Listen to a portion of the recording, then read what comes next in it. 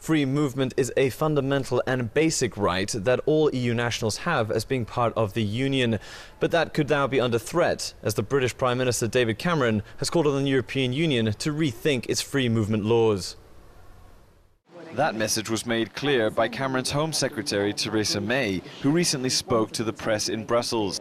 Is that there are some issues around free movement, and we need to change the way free movement operates within the European Union. First of all, for those new countries that come in for accession treaties in the future, I think we need to be able to slow full access to free movement until we can be sure that mass migration is not going to take place. A big call by the UK government, especially with Romania and Bulgaria to be granted full EU accession in January.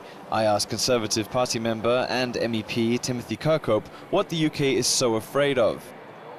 I don't think the UK is afraid of very much at all. It's certainly not afraid of people coming to our country. Our problem lies in terms of the benefits that might be taken or available to people who arrive in the country before they have actually made a contribution to our economy. And that is a concern that not only bothers us in the UK, but my understanding is that it also bothers quite a lot of other countries and countries' leaderships. But Romanian MEP Petru Lohan isn't convinced. He says the UK's call to change free movement makes his countrymen feel like second-rate citizens, and warns that this type of rhetoric will only fuel populist thinking within Europe. Unfortunately, this is the great danger the European Union faces at the time.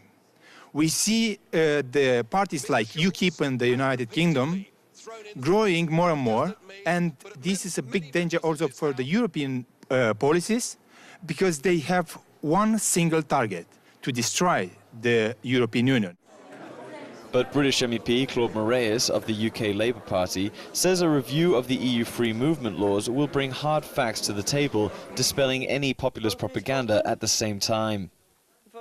We will probably get more facts about the contribution of migrant workers, of free movement, EU workers.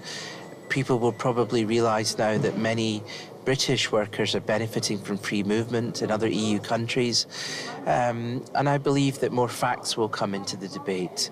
And also this issue of benefits. Most EU workers who come to the United Kingdom are not claiming benefits. Most EU workers who come are working. But we also believe that we must always review how free movement is working. And that's, I think, a responsibility for every government and every opposition in any EU country.